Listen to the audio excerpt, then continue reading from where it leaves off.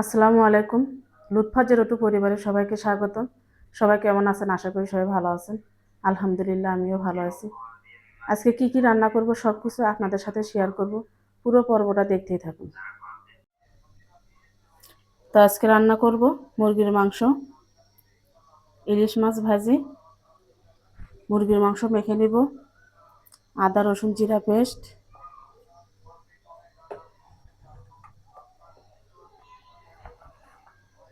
পেঁয়াজ কুচি,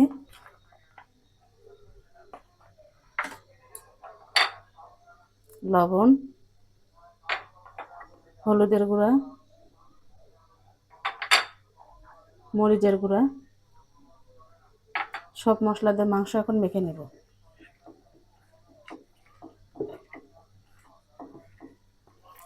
মাংসটা মাখানো হয়েছে, এখন ইলিশ মাছে হলুদ মরিচ দিয়ে নেব, লবণ, হলুদের গুঁড়া সব মেখে নেব। মাছটা মেখে নেওয়া শেষ, মাছ ভাজবো, মাংসটা বসাই দিব। মাংসটা আমি প্রেসার কুকারে রান্না করব। প্রেসার কুকার চুলায় দিয়ে দিছি, গরম হয়ে গেছে, এখন তেল দিয়ে দিব।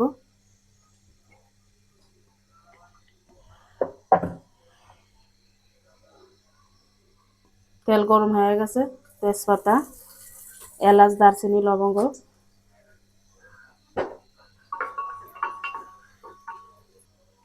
সব মশলাতে মেখে রাখা মাংস দিয়ে দেব।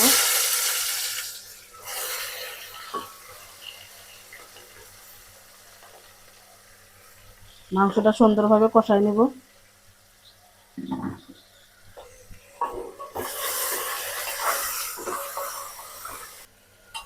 মাংসটা কষাই নিতেছি, আর একটু কষাই নিব।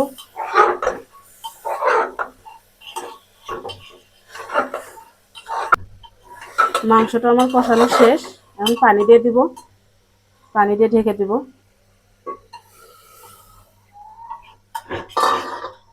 পানি দিয়ে দিয়েছি, এখন মুখটা নাড়াই দিব।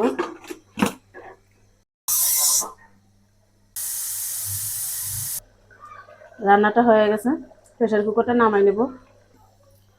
পাতিল চুলে দিয়েছি, তরকারিটা আমি বাগার দিব। পাতিলটা গরম হয়েছে, তেল দিয়ে দিব। তেলটা গরম হয়ে গেছে, দিয়ে দেবো রসুন কুচি। রসুনটা আমি লাল লাল করে ভেজে নিব।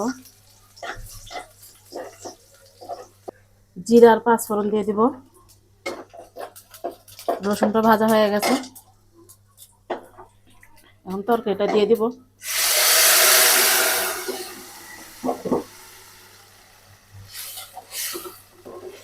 রান্না শেষ, ভাজা জিরার গুঁড়ো দিয়ে দিব।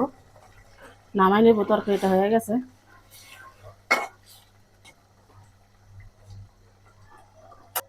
ফ্রাই প্যানটা চুলায় দিয়েছি, গরম আছে, তেল দিয়ে দিব। ইলিশ মাছটা ভেজে নিব। তেল গরম হয়ে গেছে, মাছ দিয়ে দিব।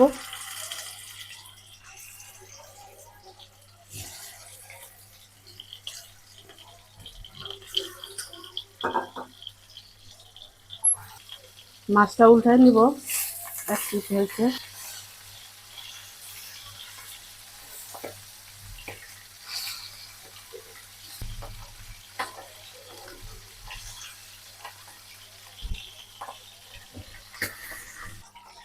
মাছটা ভাজা হয়ে গেছে, এখন নামাই নেব। মাছের সাথে 4টে শুকনো মরিচও ভেজে নিয়েছি। মাছটা হয়ে গেছে, নামাই নেব এখন। তো আমার রান্নাটা শেষ। মুরগির মাংস, ইলিশ মাছ ভাজি। তো বন্ধুরা, আমার রান্নার ভিডিওটা কেমন লাগলো অবশ্যই কমেন্ট বক্সে জানিয়ে যাবেন। তো বন্ধুরা, আমার ভিডিওটা যদি ভালো লেগে থাকে অবশ্যই চ্যানেলটা সাবস্ক্রাইব করে পাশে থাকবেন। ধন্যবাদ সবাইকে।